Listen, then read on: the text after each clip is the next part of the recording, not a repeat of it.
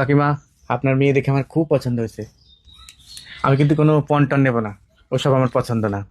আমার একটা ছোট্ট দোকান আছে, ওই দোকানে টুকটাক যা বেচা কিনা হয় ওতে আমার চলে যায়। তাও যদি আপনার মনে হয় যে একটা ফ্রিজ দেবেন আপনার মেয়েরে, দিতে পারেন, আমার কোনো সমস্যা নাই। কারণ ফ্রিজের জল তো আপনার মেয়ে খাবে, আমি তো দোকানে থাকবো, আমি কি করে খাবো? তারপরে যদি মনে হয় আপনার একটা টিভি দেবেন, টিভি দিতে পারেন আপনার মেয়েকে, আমার কোনো সমস্যা নাই।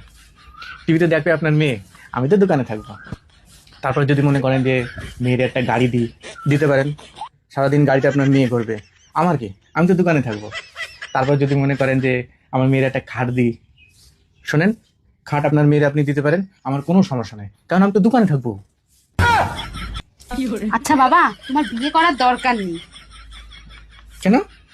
কেন আবার? তুমি বিয়ে করে কি করবা? তুমি তো সারাদিন দোকানে থাকবা, শেষমেশ তোমার মেয়েরাই বিপদে পড়বে না। তুমি যাও, তোমার আর বিয়ে করার দরকার নেই, যাও যাও যাও।